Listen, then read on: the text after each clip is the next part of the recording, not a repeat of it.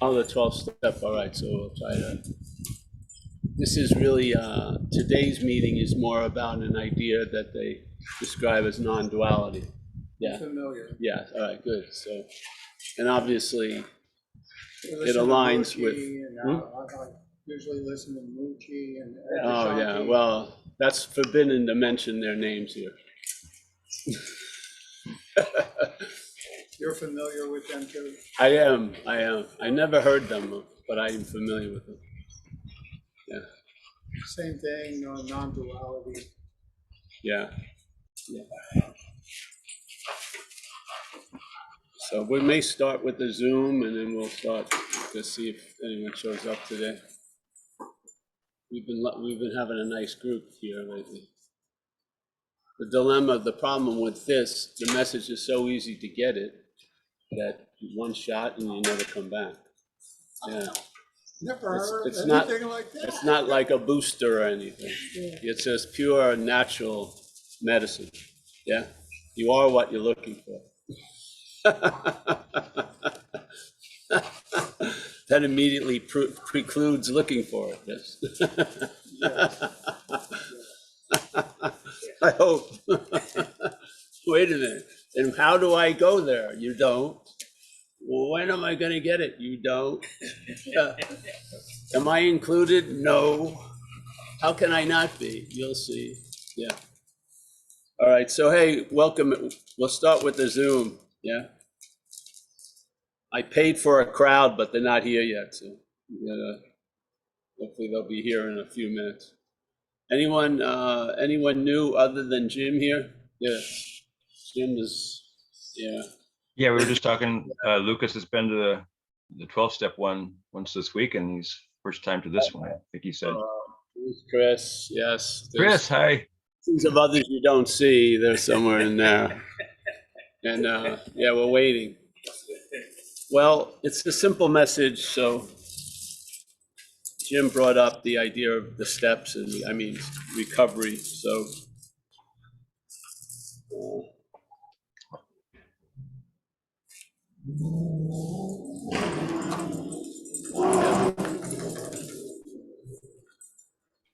anyone else new here? Lucas. Well, Lucas, if you've the idea that we're speaking of, yeah, as Jim said, everyone's speaking of non-duality, but in a sense, there's a direction that can be different. So usually people try to describe the indescribable, understanding of that which can't be understood. There's a direction called negation, which is you just negate all of that, and you negate the idea of, because then if there's a need for an understanding, the question really is, well, who is that needs to understand? And if it isn't you, then the drive or the urge to understand will be diminished, yeah? So you don't chop the tree, actually. You see the root. By seeing the root, then the tree appears, but it's not as real as it used to be, or seemingly not as real as it ever was, never was. So yeah, by seeing the root, which is us, yeah, and recognizing that foundation that we feel everything about life has rested on is a pretty shaky foundation. It's actually, the people have moved in and now you're trying to suggest they're already in the house, yeah? So we're here and the mental state says, you're the one that's here. That arrives. That you're the one that here is an arrival. What's here doesn't come or go, yeah? So that's what we are. And we sort of arrive there or sense there by seeing what we're not. The other direction I don't feel works, which is describing what we are to what we're not. It doesn't work to me, yeah? So if Jim sits here and listens to another person describing what Jim is, what hears that is this image of Jim, this manufactured idea of Jim, and that's really the obstruction, yeah? Jim doesn't need to understand. The need to understand is the obstruction. Yeah. So the one who wants to get the message is the obstruction to the message. Yeah. This is important. If you don't see it, you're going to be looking from it. So the mental state is very quick. in time, it's probably the quickest process. So you can't outgun it. It already has the gun out before you get yours out. Yeah. So basically, if you're going to try to quote unquote meditate yourself while you're going to sit down on the pillow, you've already been presented as the meditator. Yeah. So the mental state now has you as the meditator while you're not even getting to the point of starting to meditate. And so all the meditation, whatever it could bring you, will bring you, does or doesn't bring you, the mental state uses it to imply there's a meditator. So that's the bonding. The point of bondage is meditator, not meditating or meditating. It's meditator. So whatever's going on, the mental state is brought into contact with that and then claims it to verify its own story. Yeah. So the seeing, like seeing now, hearing, whatever you want to call it, the act of conscious contact, the mental state claims that, and now instead of really feeling the seeing as the seeing, you're presented as a seer. Yeah. You're presented as the hearer. You're presented as the feeler, the taster, and the toucher. And it actually neuters the sense of seeing, hearing, feeling, tasting, touching. Yeah. So you start losing like that sense of like your fingers are on the elbow, not the pulse. Yeah.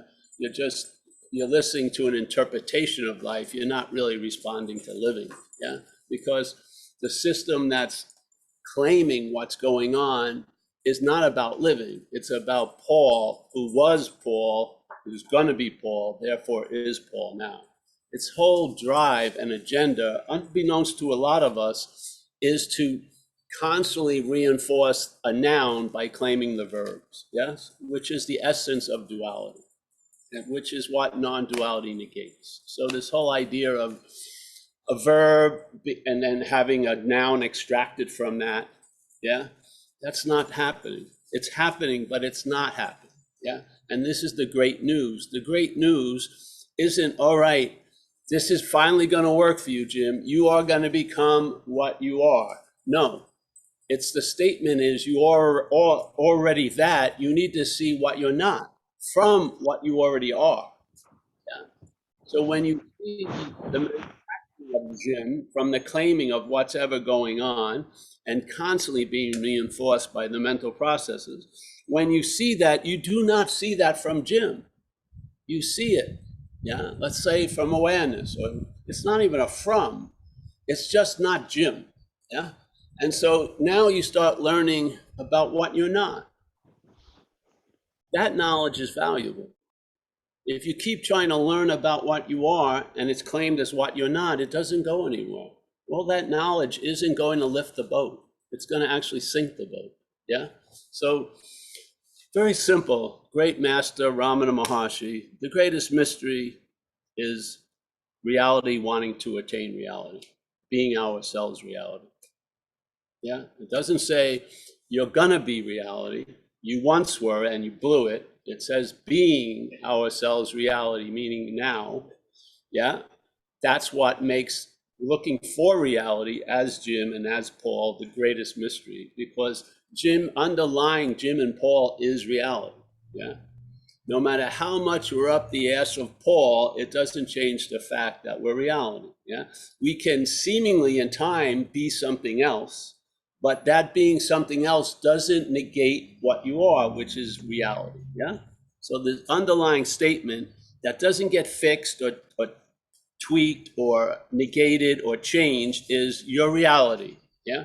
Now you may be in the act of being something else, but that doesn't mean it negates the fact of being ourselves reality. Yeah.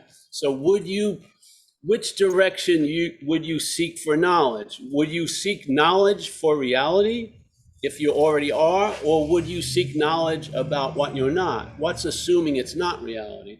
And by seeing you're not that, the reality that you've always been may become obvious now. Yes? Not to Jim, but before Jim. Yeah. And so now you see, this morning, woke up early. Thoughts were running through the head.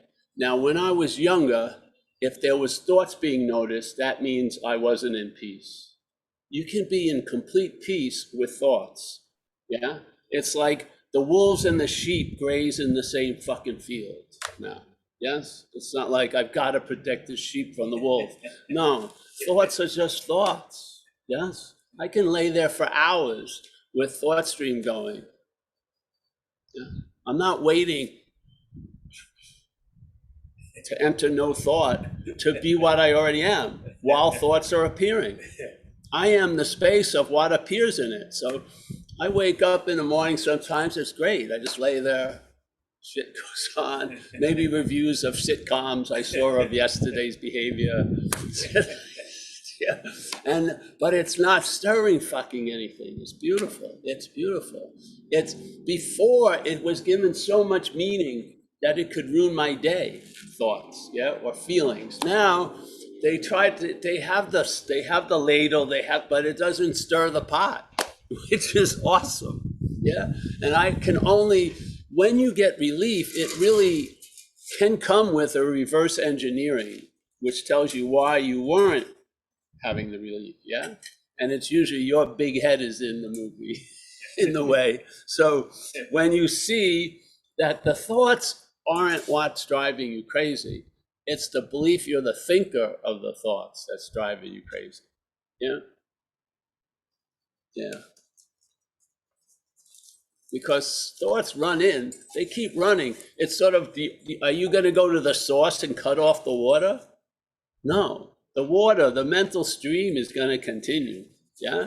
But the effect is so drastic when you realize it has nothing actually to do with you. Yeah, you're not the thinker of those thoughts. So now suddenly you can cohabitate in the space where thoughts are and not be agitated by them.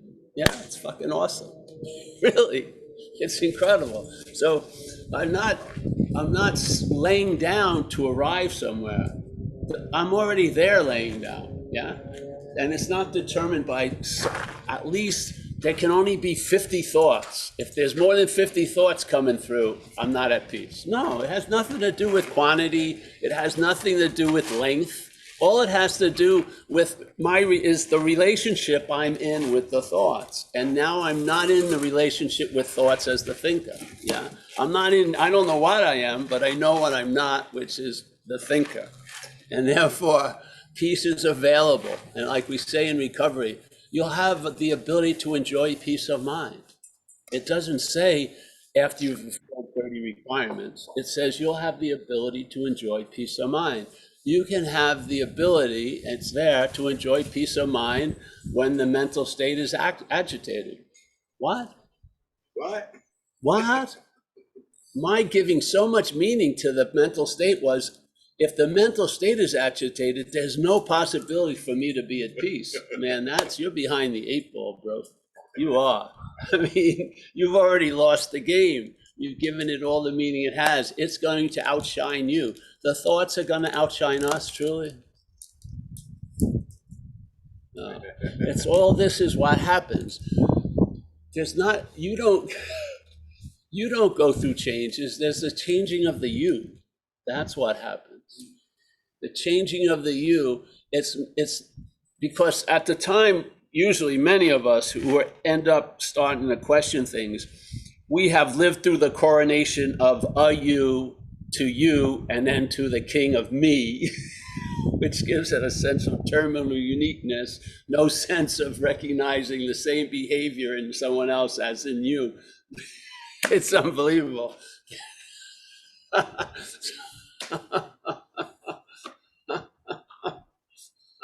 You're talking about the normal person. I don't know what a normal person is. Blowing up and getting their ego. Yeah, whatever. Yeah. Okay. I'm just going off right there a second. But wasn't there so many requirements necessary for you to be at peace? I mean, I remember I lived in a place in Australia. I've talked about this a lot. Very nice guy. He's a rich family, he had this huge property. And I met him through the Course in Miracles stuff. And we had a 2-level cabin he rented to us, and there was other people. You weren't even close to the neighbors yet. And every day he'd want to meditate at 5:30. So he had like a golf cart, and he'd drive around and see all of us and tell us, I want everyone to be quiet at 5:30. So he was super fucking agitated with the hope that he'd be at peace at 5:31. What an insane fucking deal. He's driving around, okay, every one of you, no more, no noise, no noise. And he was just unbelievable to me. So this is the point, yes? We believe what we believe because of the believing of us. Not that it's believable, but if there's a believing in us, then a lot of things have to be believable. Yeah, they have to be. And one of those is if I'm the thinker, yes, it has a setup that you're gonna, like even in Zen, they put out this thing, you've got to enter no thought. And so people wait as a thought, waiting for no thought. It's insane to put any kind of condition on it, isn't it? Why not it be readily available right now? Not based on your condition, which you're not, but on its condition, which it always is. Yeah. Why would this condition be based on this condition? When basically this condition is, for all intents and purposes, completely subservient to that condition. Yeah. Yet, tons of requirements are made. Tons of requirements are made. First, I've got to purify. First, I've got to do this. Then I've got to re-purify because, you know, a month of purification can be blown like for 10 minutes or something. So then you're back on, all right, I've got to re-purify. I have to be prepared to receive this, but you are this. Yeah. You want to have the experience of greeting it at the door and asking the master in. It's already, you're the master in disguise. Yeah, you're already in. So that's the message. I heard it a while ago. Not with that much stuff. Just a couple of books were interesting, very interesting. One of them was a book by Ramesh Balsekar, Who Cares? Just stopped me a lot in reading that book. Just stopped me. I mean, the regular mental logic that basically was like an all-terrain vehicle in the dreaming. It could run over, it maybe hit something, but it just goes, yeah? But it would get stopped. It really would. Like a lot, almost every page, he would put something and I'd just be like, my head would just like start, yeah? And I could feel like a wrench in the works. Yeah, in there. And so then I was moved to see him. I went to India. We moved to see the guy, listened to him for a couple of days, went to Ramana's, where Ramana Maharshi had lived, went to see a lot of different people speak. Some people I liked, others I didn't like so much. And when I was there, I would feel like almost like a deck of cards being reshuffled, yeah? Just, you know, what had emphasis and eminence was moved down to the back of the, you know, onto the bottom of the deck. And, yeah. And then when those cards were played, it just worked out better. So I remember the day I was there and I realized I'm never going to ask another question because I see the whole futility of what I'm not trying to have an understanding of what I am, where it cannot even have an understanding of what it's not. So it just came to an end, and I've never asked a question since then. And then it hit a point where I was at a group, and a guy was from Zen, and he said a famous Zen thing. He says, you know, and he's talking about what was happening right now. I'm like a man standing by the river selling water. And I was like, wow, wait a minute. I started to feel a little wet. You know, I said, wait a minute. And he says, you know, and he started laughing. I hadn't heard him. I'd seen him a few times. Hadn't heard him laugh this way. He says, it's funnier than that. I'm a man standing in the water selling water. I'm standing in the river selling water. And then I realized I'm drenched. And I never went back. That was it. It was enough. I just said, what? My head just went again. And then, yeah, we're desiring to be what we already are. Yeah. And the only way we can sort of imagine it or direct ourselves towards it is conceptual. There's no way. we can get a good picture of it because we're not of it at that moment. Yeah, the activities are not truly of that. Yeah, so we can only have ideas. And basically, while you're using the stairway, the stairs that you built, you're not going to heaven. You're going to a mental condition. Yeah, it's just, you gotta read who's making these stairs.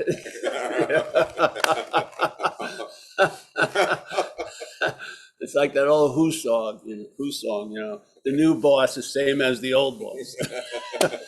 Paul. Paul's approaching spirituality just like he did drug addiction. Yeah, really. I want a big fucking shot. And if there's no Kundalini involved or trance going into or fucking, then this isn't spirituality. It has to be demonstrable. It's got to be energetic. It's got to be, going into a catatonic state, whatever, a spiritual coma. Yeah, okay, I'm interested in what they have. Yeah. And then I was with a lady from the Course in Miracles. Very crazy group, incredible, really. And they were a lot of Kundalini, a lot of shit going on, trances and people going fucking off. And and so the lady who was like the biggest light junkie of the place, they had a lot of inversion of light. And you could feel it, really, some energy. You trigger something and you just go off. She was like super bright, like unbelievable. And she'd been there 5 years. And so I started seeing her, and she told me it doesn't mean shit. So she saved me so much time. She says, it doesn't mean fucking a thing. And I thought, wait a minute. Hey, let's go. And we left that week. Seriously, that's what, I believe humbly, all of us have that point of being convinced sooner or later.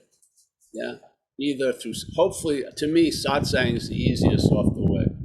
It really is. You can just sit, and even in Zoom, it's better. You can be laying down. You've got your own.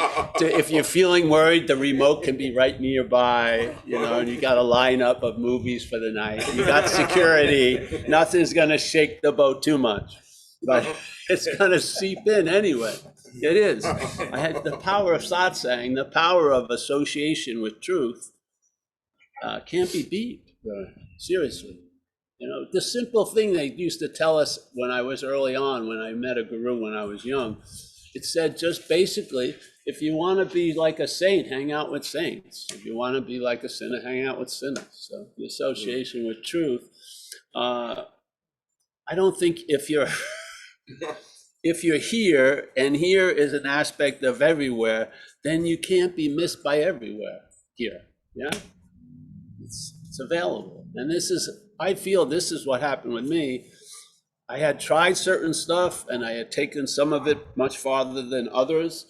And then I learned, I heard, and the hearing wasn't just intellectual, it triggered a lot of sense and feltness.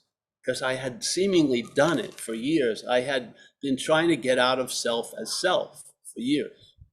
And I tried, and through drugs was my greatest attempt. And I would say I gave it 100% in drug addiction, completely. I was willing to die if I could have 30 seconds of escape from self. I did. I would overdose on purpose on cocaine with the hopes that before I actually left, there would be freedom from this bondage of self. I was proven wrong, like most other opportunities, and I realized down the road, you can't escape from an imaginary place. You're not getting out of here because you're not in here, really. Yeah, that's truly all the guilt and shame goes away, because obviously when you fail, you believe it had a lot to do with you, and in this case, it's a failed system. The system can show you, its great value is to show you it's failed. Yeah. And in that, what happens? You stop feeding the dead horse, really.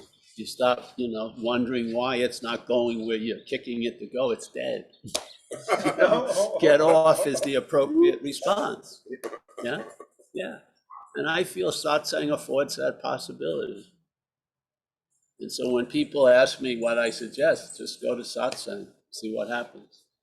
Yeah, I bet you it'll trigger a lot of stuff through the week. Yeah, that's what it does, more than learning or trying to learn. Yeah, something gets subpoenaed, something gets served to us, and then that thing sort of makes clear what wasn't clear. Yeah, and you hit points of being convinced where that thing that was constantly agitated and open like a sore has been healed. It's scabbed over and it's done. Yeah, there's no eruptions anymore. You're done with it. Yeah, you're not going to spend 1 second looking for what can't be found. You're not. You're just not going to. You're just gonna, you've heard what you needed to hear. It collapsed all those urges to keep on keeping on. And in that collapse, there was some other possibilities that aren't available while you're still moving. Yeah. While you keep moving, you miss a lot. So to me, I feel satsang is very disarming. You just drop, yeah, and just sit there with what, it's like an arrow pierced you, and like whatever can be perceived cannot be perceiving. What the hell did that mean?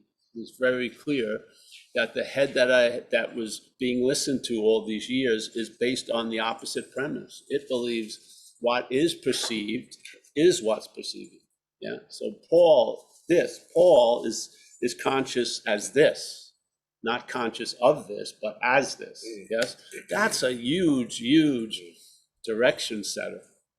Yeah. So if you find something's not working around the 8th or 9th square, truly it's all based on that. It's based on that misunderstanding. Yeah. You just haven't seen it.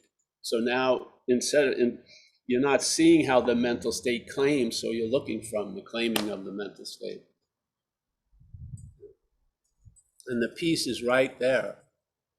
See, if you see it, you're not looking from it. If you don't see the message in a way, you're looking from it. Yeah. So if you're looking from it, you hear the message until there's the shoe drops and you see. Yeah. And then if it seems not to establish itself, come back to satsang. Keep getting brought back to the seeing of it instead of looking from it. Yeah? Seeing of it, looking from it.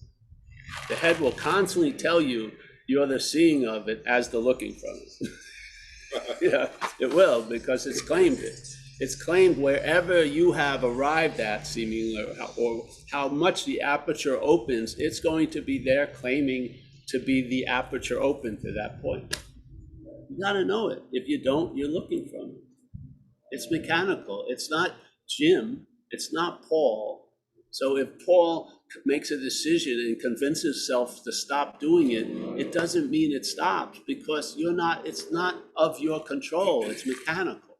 The mental state is not a servant in this situation to you. You think you believe it is, but it ain't. It has its own agenda. And its agenda is to paint a picture of subject-object, of duality. Yeah?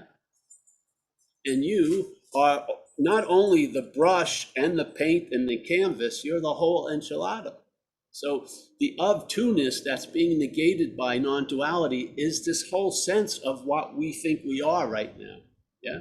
And therefore, when the Paul that's resting on the premise of truly the I am being Paul, when the Paul is seen not to be true, the I am is much more noticeable. Yes?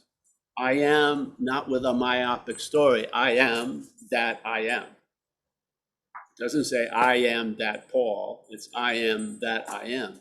Yeah? There's no addition to it. It doesn't move to another ladder. It's I am that I am. That's it. That's rest. Yeah? And it's now. Well, really, the old years ago, if I woke up at 4 a.m. and my head seemed to be busy, my head would tell me, you got to do something about this. But now I just lay there and it's like, there's a lot of space. These thoughts aren't fucking eating my food. They're not pissing on my my sofa. Fucking, they're just bouncing off their little walls and ceilings. What the fuck? They're not determining my condition. Yeah. So just lay there until Amelia gets up. She gets up, I act, just came out. No, I've been up for hours.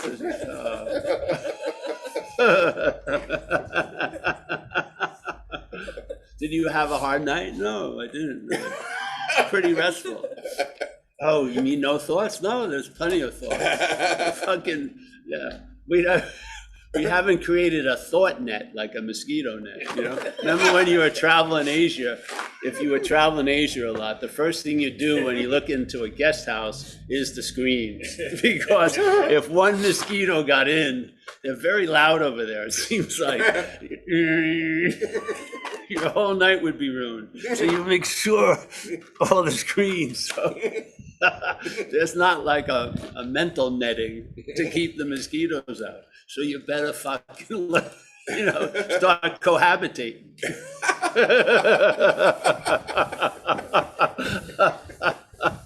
You get off of my lawn. They're shitting, pissing. You realize.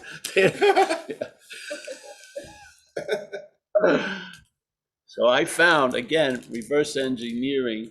I thought, yes, got to stop thinking. Yeah, that wasn't working. When I saw that, hey, the thinker is actually a thought. Yeah, it's a thought different than most thoughts because it presents itself as the doer of all the other thoughts, but it's a thought. Yeah, and when it arises, it seems to be the first domino, or at least that's what it presents itself, and then the rest of all the effects of the other dominoes are really based on this. Yeah. So what would happen if this? You don't have to go through all this whole every domino, just knock that domino down, or just see maybe it's not true. Yeah, maybe there's thoughts without a thinker. Yeah, maybe there's feelings without a feeler. Maybe there's actions without an actor. Yeah, that's the assumption of non-duality, the premise. So what happens? You entertain this understanding, and it drops sometimes, and sometimes it drops for a long time. Yeah, and you have an understanding now, not based on the system that you would like relief from, not an understanding from that system, but an understanding of that system, of the subject-object, of the whole duality, of how it reinforces itself, constantly keeps convoluting and agitating and going on and on, like a thing that can't stop. If it stopped, you would see there's just tons of parts. There's no thing. There's no thing called mind. It's just activities, yeah? But one thing is true, they're all activities. So they're agitated, yeah? So they don't, their agenda or desire is not to stop. If they stop, that's the end of them, so to speak. So they're constantly agitated. That's why the seeking, yeah? The seeking. Now, they're totally willing to go with the idea that I'm going to seek something that I may not arrive at the future. They're very comfortable with that. They're not comfortable with the idea you are what you're looking for. You are that right now. Because they can't, at that point, there's a stopping and they can't disguise their agitation. They can't get in line with the Cumbaya. They can't, yeah? They're a cha-cha-cha-cha-cha. They just can't, they can't get in. They don't fall in line. They've been telling you they would, yeah? They have. You just haven't met the right master or some fucking thing, yeah? But in fact, when they're put on a dime, they're doing a soft shoe. They can't stop. Yeah. So your ability or possibility to stop is not based on their impossibility to stop. And this is what happens. We keep believing we're something that we're not, and therefore we live based on its requirements and its conditions. And then we see every other thing from those conditions and those requirements. That's what drops. You do not get liberated. You're relieved of the need to be liberated. That's what happens. the whole thing isn't a super focus, supernova focus of attention. It's a disinterest, really. You lose interest in the whole fucking shebang. Yeah. And then while you were busy looking, you were blind. Now that you're not looking, you see. Yeah. Much more panoramic. You're chilling out. Yeah. You are acting as if you are what you're looking for. Finally. Yeah. I mean, acting deep. Like you are what you're looking for. Paul, do you want to see this guy? No, I don't want to see this guy. He's the newest guy in non-duality. No, forget it. There's nothing new in non-duality. Same old for years. Oh, this guy's special. No. Well, there's a huge transmission. All right, great. Yeah. His transmission, her is unbelievable. All right, great. What's it transmitting? You are already that. Well, all right, I got that message a while ago. But hey, yeah. But I'm getting it through. Well, all right. Well, that seems like a requirement, but if you need one, there you go. Yeah. So, all right, that's it for today. I'm going to go with the Zoom a little bit. Any questions? Jim, you all right? I want to wait for the question. All right. You have a question, Jim? No, I can't think of it. Okay. Good for you. Yay. Hallelujah. Ding. Jim wins the prize. Nothing. You get door number 4. There's nothing in there. That's right. Door number 4. I may not be much, but I'm all I think about. Which totals up to be not being much. Yeah. It takes a whole lot of effort not to be much. Yeah. When you finally admit you're not much, hey. Yeah. So anyone in there? You know, lovely group? Yeah, Lucas has his Let hand. me try. Hold on. Let me try this today. Hey, can you hear me? Just a second. I think he's doing something. Yep. I don't know if it's going to work anyway. We can hear it. There's people here, so I'll tell them. Yeah, any question? Go ahead, So, Lucas. yeah, I have a question. It's I've been playing with the idea. Me and my buddy been bouncing around as entertainment now for a little while. But my question, it keeps popping up, and I think it might be just my ego throwing itself a life preserver. Well, there you But go. You already this- answered your question. this what happens to purpose in non-duality? Like that's something that's been curious of, like where to just because I don't feel like I have purpose, and I feel like purpose would drive me through life. So now I'm wondering, shit, did I just eliminate purpose? No, you didn't. There'll be another purpose can be made up. What am I talking into here for? Yeah. First of all, the thing about purpose or no purpose is the question or the sense of who is it that has a purpose. But if you don't have a purpose, you'll probably a purpose will be revealed to you. Yeah. It was this, like I'm using this as a prime example.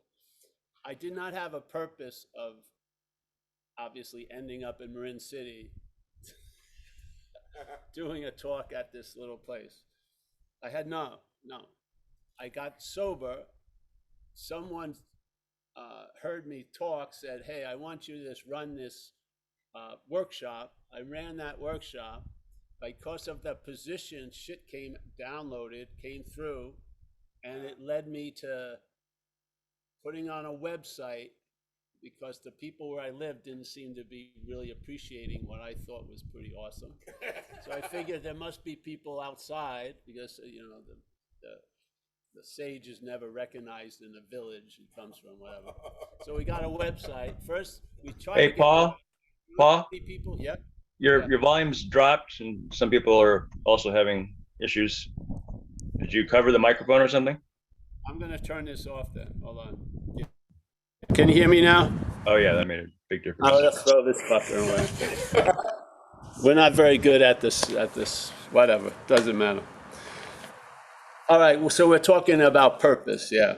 So I don't think the purpose is the big meaning giver. It's the my of it. Yeah. So like today I have a purpose, and that's to avoid having a purpose. Yeah. Yeah. Which I've been successful at for quite a while. So that's my purpose. No, yeah, you'll be moved or not. But sometimes when things change, there's a lull or there's a certain like no man's land for a while, and then the cards get reshuffled, and yeah. So a lot of people are very surprised sometimes where they lose interest in a lot of things that there was a lot of identification with, and they get that which was identified with these interests because it was getting a sense of being someone, yeah, gets a little shaky. That's cool, yeah. They'll find a new sense of balance. Yeah. In other words, like a lot of men, I remember when they retired, they get bummed out a lot because they were identified with what they did, and then when they stop doing it, there's a lot of air gets left out of the balloon. Sense of specialness or purpose, whatever. Yes. So you can see the mental state is blowing us up all day. Yeah. Almost like because inherently we're empty, so it's blowing us up all day. And then after years and years of identifying as the doer of something, when you stop or life has a change, it can be really demoralizing for the person. Yeah. And some of them don't come out of it. They're so bummed out. So, yeah. So basically, the example shows a principle of the act of being identified as the doer. Yeah. Yeah. So, I was lucky. I've been a slacker most of my life. I wasn't getting much out of I wasn't getting much of an identity as a house painter, but I was called the Picasso of house painting, but I just wasn't. But yeah. So yeah. You want to speak more about that? You there, Lucas? Yeah, I was having difficulty getting to my button. No, that was nice. What I picked up from it was that life doesn't always need to have purpose. When purpose is there, it's not even coming from me. So there you go. Yeah, It's not something I can find. It's already there when it needs to be there. It's yeah. Thank you. Yeah, and a lot of times that which is looking for a purpose is missing a lot of what you're purposeful for. Your volume dropped again. What the hell? Hold on. I thought this was off. There you go. It turned itself on. Is my volume good now? Mike? The volume good? Yes. Whatever. So next question. Boaz. Hi, Boaz. Thanks, Lucas. Hi, Paul. Hello? I want to bring up something concerning the body identification, which it's a kind of a mystery to me. And the mystery is why this body? Why I can see the identification. I can see many times the body and the body mind as objects. Why this body? Why not your body or my kid's body or anybody else? Why? See, that question is coming from the body identification. Yeah. Yeah, so this is the whole point. You really want to question the questioner, not answer the question. Yeah? You want to know where the question derives from. It's like somebody, when I was speaking at a thing in Ireland, and this guy came in on the last day. You didn't have to be a participant of this group. I was sharing that. So some people came in and they knew me and they'd listened for a while. And he says, well, you sounds like it's so easy to say you're not the body. Well, I think it's impossible. I said, yeah, as the body you would. You will see it's impossible not to be the body if you're coming out of that body identification. Yeah. So it's not the point of the statement. It's what's giving a meaning to the statement. That's interesting. Just like a lady that I know was here, and there was a sense of her seeking relief, and it has become like an addiction, but the message is a relief from her. It's not her getting relief, it's a relief from her, to her that's sort of connected with the lack of relief. Yes? It's like a symbiotic thing. So in a way, to help her get relief isn't really helpful. Yeah, because it's reinforcing this addiction. But to point out, yeah, that her that needs relief isn't her, to me has value. Yeah. So to me, this question of, well, why isn't anyone else's, doesn't have value. The value of it is where it's coming from. Just like Ramana said a beautiful thing about Ramana Maharshi in one of his pamphlets. They came up with the question free will and predetermination, you know. And so he says, listen, as long as there's a sense of individuality, there'll be a sense of free will. Yeah. And the only value of these questions constantly about free will and predestination is to question who has the question. Yeah. That's the value of it. The value of it, instead of having that as what you're pointing to, you use it to point back to see who is it that's saying, why is it this body? It's definitely not of you. That curiosity is not of you. Yeah, so that's my answer. Can I say something for a second, Paul? Yeah, a friend here, Nor, some more people came in. There's Nor. this may have happened to other people, but there have been times, admittedly usually on drugs, but that aside, we're all on drug, where I've seen out of other people's eyes. I literally was seeing and experiencing their reality directly as them. So that is possible. It's rare, but it happens. Also, you know, in riots, you lose your sense of self and you like feel like you're lost in your, so that does happen. Yeah. That does happen. So it doesn't wake you up. It doesn't do anything except show you that that's possible. They can hear it. Yeah. So even when that's possible, it doesn't make a difference in the sense of, for some reason, the 0 point I keep falling into seems to be this location. Well, it seems to be. Yeah, it's always it seems appearing. to be, and it's not. Yeah. And that's another way of saying it's not. But it doesn't really advance the question by knowing that. But it is possible. Yeah. So, you know. All right. Did you hear that? Now I'm going to say, when I was getting loaded with people, I would experience seeing through every, other people. Right. But the only one who got arrested was me every fucking time.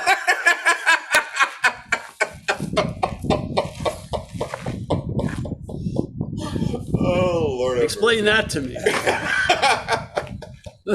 So yeah, I hope that helped. And yeah, that's how today I would answer that question. Yeah.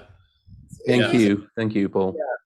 I think that, see, yeah, yeah, that's a nice thing, maybe at a cafe over a large latte, or something, or drugs, yeah. Yeah. But here it's basically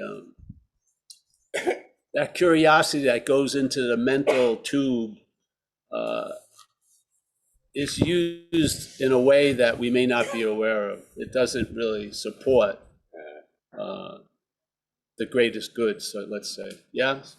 Yeah, so my curiosity always goes back to this point of when you get relief from what's going on, you see a lot of things differently. You see a lot of things that seem to have been innocent. You see they're actually being used to support something that you're professing to want to be relieved of, but while you're in the act of wanting to be relieved of it, you're supporting it at the same time without knowing it, yeah? And I remember when I used to go to satsangs and the person would speak and I liked the energy of the room. And then questions would start, and the first question would be about relationship. Yeah. And then the energy, and then the next four questions were relationship, and the horses were out of the barn. I mean, the master couldn't get them. They were like totally left the whole point of non-duality, and now it was into therapy. Yeah, that's great, but yeah, if you have any ability to keep it on point, which we do because of our lack of popularity and shit like that, it gives you a lot of possibility of at least staying in the ballpark. Yeah, and it's not about seeking therapy for relationships is great, but at the right time and on the right platform. And this isn't that. Yeah, this is just basically why, if we are reality, why doesn't it even seem to be close to being inherently acknowledged as we're living, let's say? Yeah, I would say there is an obstruction going on, or an activity that seems to obstruct, and it's not obstructing us. The sense of us being obstructed is the obstruction. Yeah, you see? That's the obstruction. It's sort of like talking about all the rides in the park, but this, in a way, you are the ride. Yeah, that's why you can't get off. You are the ride. Yeah, this isn't a long-lasting, independent, separate thing. Right? It's not. We're not walking, following our own footsteps. Thousands of people walk the same way. It's just, yeah. And it's persistent that we see everything how it pertains to this me, and this me may not be us. So basically, yeah, it seems really important to what I'm not to get an answer to this question. And then you get frustrated, not now, but some people will get frustrated that the person never directly answers their question, because just like in AA, when people would come in, they would talk about how fucked they were for 30 minutes.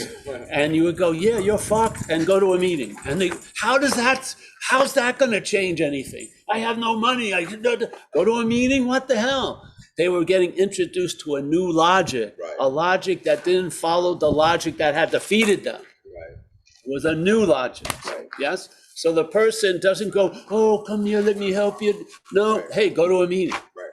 Now, the other person who's like wanting, he may get pissed off or frustrated, but if he goes to the meeting, he may realize a couple months later how thankful he is to that person, yes? Because he finally got a solution that works, yes. So, yeah. Anyone else? Yeah, Miles. Thanks, Boaz. Miles. I can see for miles. Hey, Paul. Good to be with everyone today. Thanks for the message. Can you hear me okay? I can. Okay, wonderful. Up here in Vancouver. Moving, enjoying the day. I can't put that up. It's interesting to me that if I take the view of differentiation equals creation equals life, in a sense that if there wasn't differentiation, what would there be? It seems to me there wouldn't be much going on.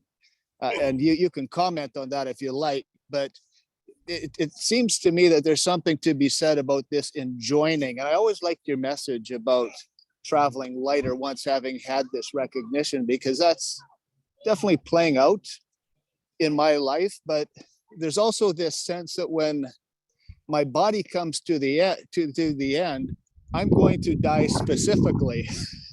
I'm not going to die generally.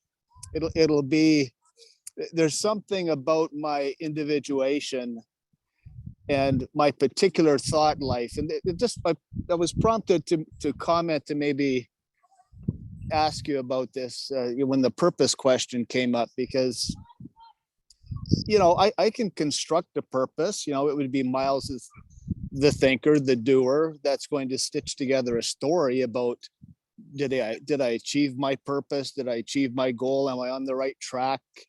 There's the story of that.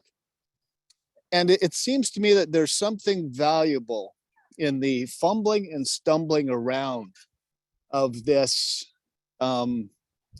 this wigged out kind of crazy dude that is asking different questions than the next guy, and the 7.8 billion of us that are having these subjective experiences. So when I think of non-duality, I'm getting the message, but I'm not wanting to kind of throw out the fact that I am experiencing this from a subjective point of view. Does that make any sense, Paul? Yes. Okay. Yeah. I'd like to hear your comments. Well, my comments is you're more of an individual when you're not one. That's one comment. I don't believe this is a real place. So I think everything reaches a point of appearance. That's about as far as it can go. And it's rooted in, it appears to us to be a true or false. Yes? So we are the dreaming of this event, not just a dreamt. See, we have a camera location as the dreaming in one of the dreamt. And then so we have a narrative of an experiential life in time for 70 years from that dreamt, yes, but held in the space of being the dreaming, yeah, which allows a traveling lighter for that dreamt through the life of being a dreamt, yeah. The dreamt can't produce it, but it can express it. So the dreamt can express traveling lighter, it can't produce traveling lighter. Its desire to produce traveling lighter is part of the heaviness, yeah? His desire to travel lighter turns into something else, heaviness. So it's just the emphasis putting where it may best rest, which is I don't put more emphasis on the appearance than I do on the dreaming. I feel there's more, not more, there can't be more emptiness, but it just makes sense. So I have died a few times, and when I came back, I did come back with certain things, and one of them was, this has nothing to do with that. That's what came back with. Yeah, it's an appearance in that, and it could even be called an appearance of that, but that is not the appearance. Yes, yeah. So, yeah. So that's how I see it. And I appreciate that. Thanks, Paul. So it's what I'm hearing is it's kind of a matter of what you give primacy to. I mean, Yeah. there seems to be a dramatic shift for me in that, sort of pre, this message and, pre-recovery, there was huge emphasis on, this character, and there's much less. So this is probably the traveling lighter that you're speaking of. I'm still enjoined to this subjective experience, and there's things about it that maybe are meant to be in terms of how I'm repurposed in terms of my relationships and sharing, etc. But it doesn't kind of overwhelm me if that's what I'm hearing you say. yes, I'm saying that, yes. And that Okay. the way it doesn't overwhelm you isn't that it isn't overwhelming. There's a less of a you, or the way the you is defined as a long-lasting, separate, independent thing. In other words, the solidity that made you such an object of concern has sort of gotten a little more ephemeral, yeah? It's lost its little solidity. So when you talk, when you're thinking, when there's a thinking of you, it's like a thinking through you in a way. It doesn't really, yeah. So Right. that's how Awesome. Thank you, Paul. it's definitely, but I don't see it that way. I was sort of like in recovery, they talk about you'll be placed in a position of neutrality. That's more like it for me. Certain things I could never have imagined, so I could never have wanting to go there. I had no idea, none. The only ideas I have are from a very small set of possibilities. And so when you arrive, when the solution puts you in a position of neutrality, it's all fucking, you could never have come up with it, ever. It wasn't the way, if you did, you would have added like 800,000 steps and would have gone through tons of shit. It just, and all it shows you is there's so much more possibility with less of you. Really. Yes. Yes. You can't try to be less of you. That's more of you. Yeah. Yeah. Yeah. So this is how I'm seeing it right now. I may see it different tomorrow. That's the beauty of it.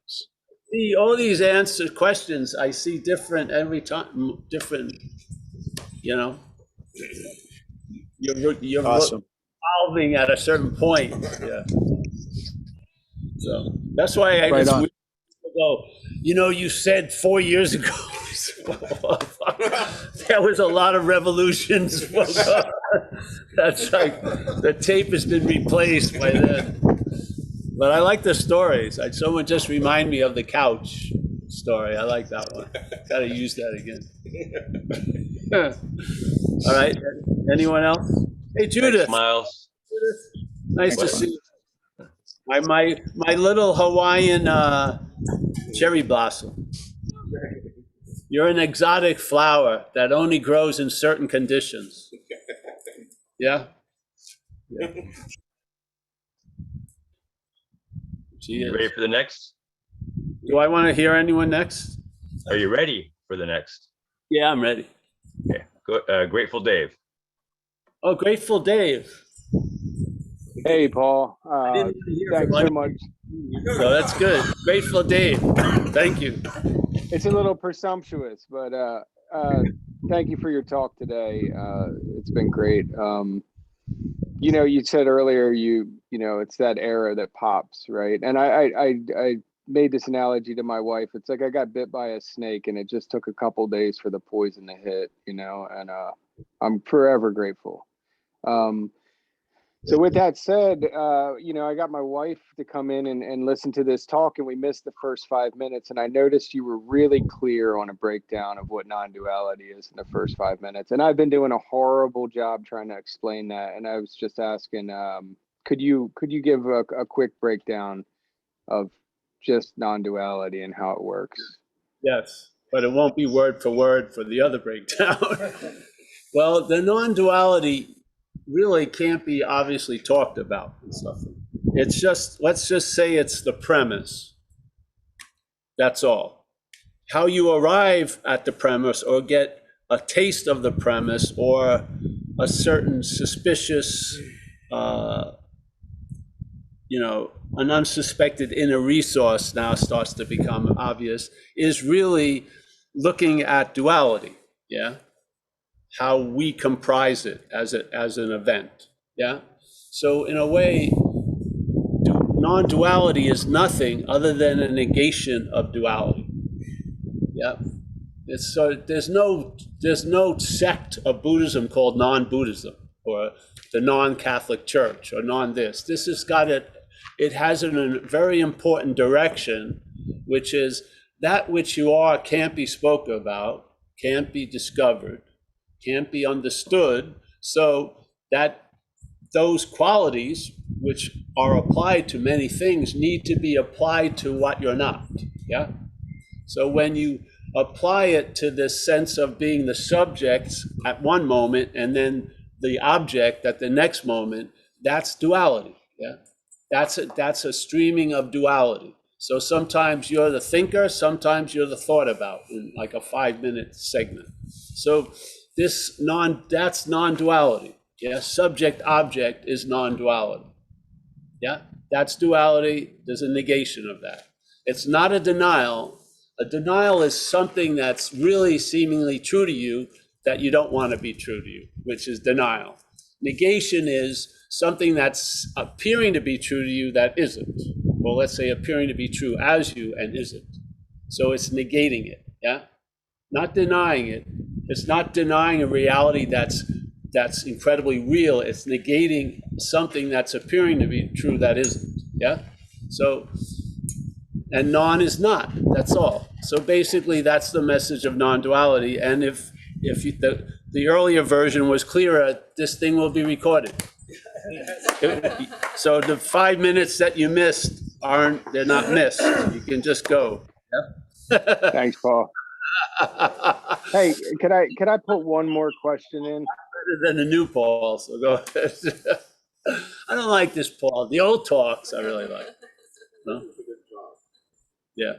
Could I get one more question in? And this may go to something that was just spoke about, but it's a further expound. And so, you know, I got myself involved in early recovery with this psychedelics and recovery group, and I used to use psychedelics as a way to reach non-dual states, right?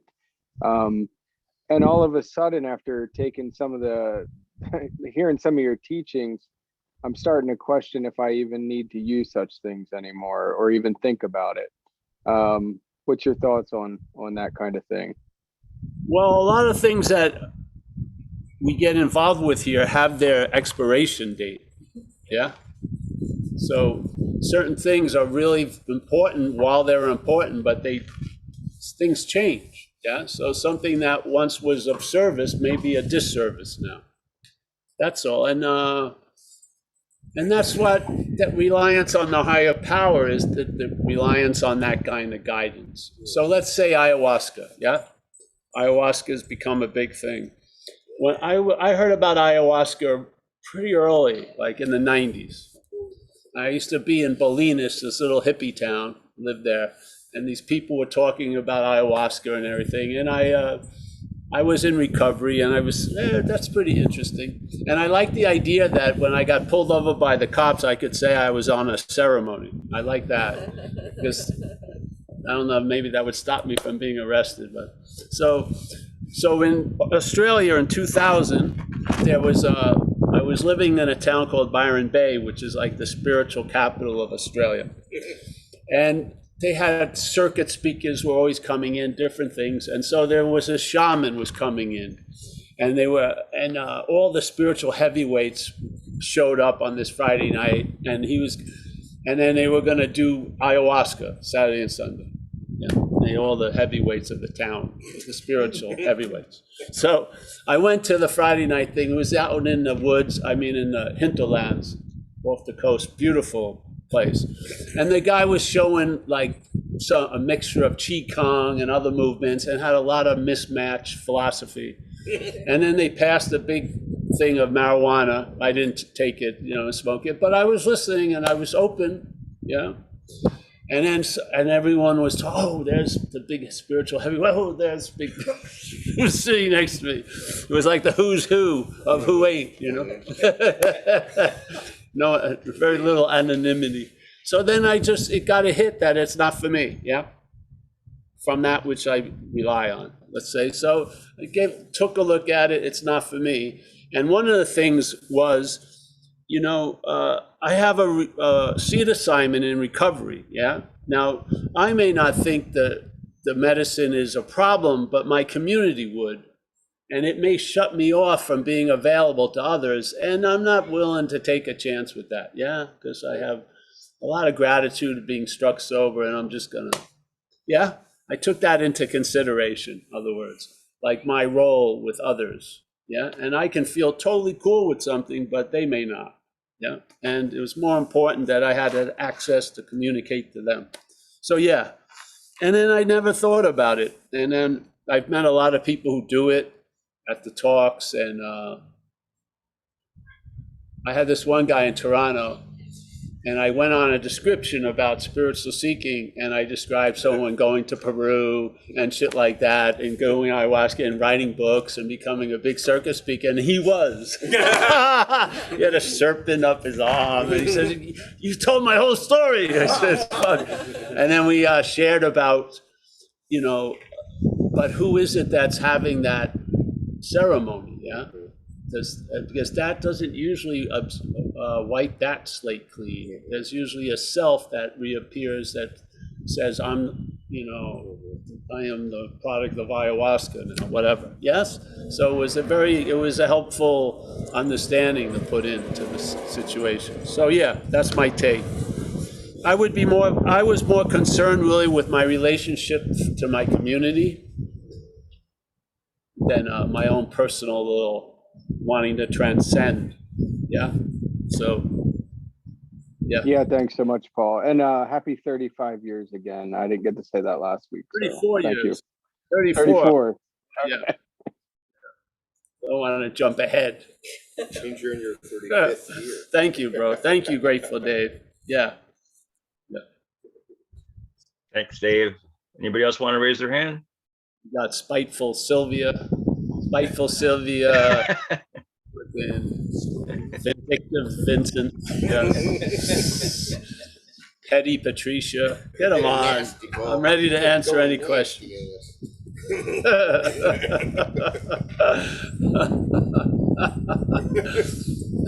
All right. Anyone else? No, I think it's Cumbaya Ding. Oh, great, great. Hey,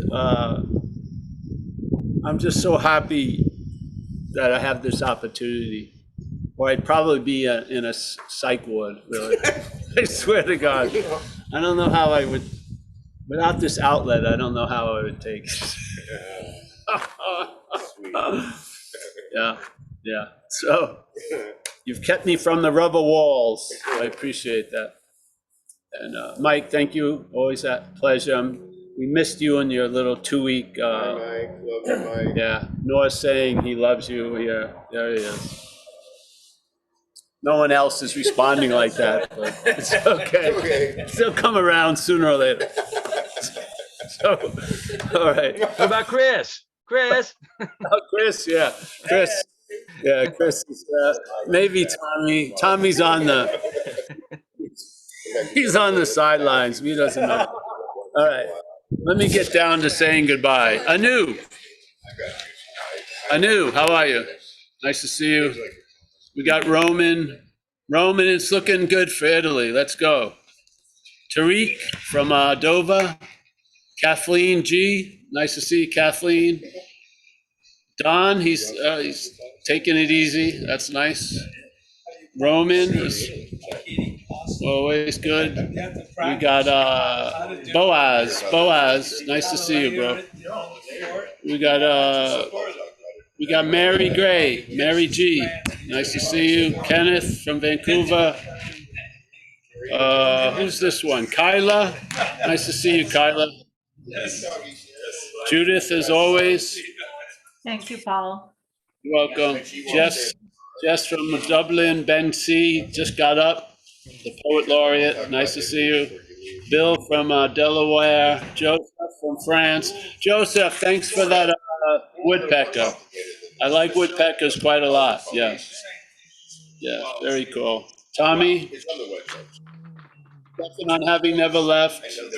Alan Olson, keep it down over there. These guys. Thanks, Paul. Thanks, Mike. We got Chris G, Lucas. And thanks for everyone sharing today too. We got there's Angie. Nice to see you. Johannes. We got Lisa. Very nice, Lisa. We got Amy from Seattle.